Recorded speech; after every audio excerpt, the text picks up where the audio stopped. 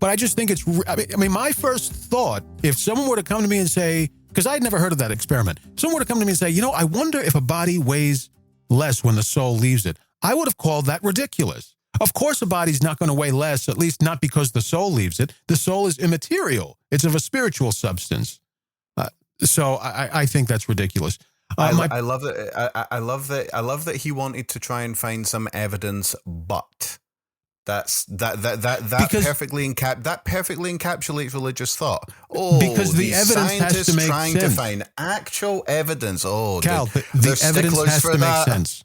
The evidence has to make sense. I'm going to prove God exists by taking a photo of him. The evidence has to make sense. It doesn't make sense to take a photograph of a God who's immaterial, who created matter, who created the physical world. It doesn't, the evidence has to make sense. Here's evidence that Bigfoot exists. It's a big clump of hair in the forest.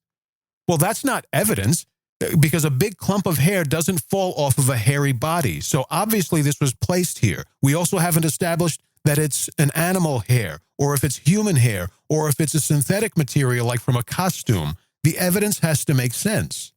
Immaterial and non-existent seem to be exactly the same thing, as far as I can see. I've always thought that. Oh no, that doesn't exist. Bigfoot doesn't exist, but God exists. Where's the physical evidence? Oh, there's none. But he's immaterial. I mean, come on. But there's logical evidence for God. Let me just tell you, that's what I think. Well, your thought is immaterial, but it exists. Your dreams are immaterial, but they exist.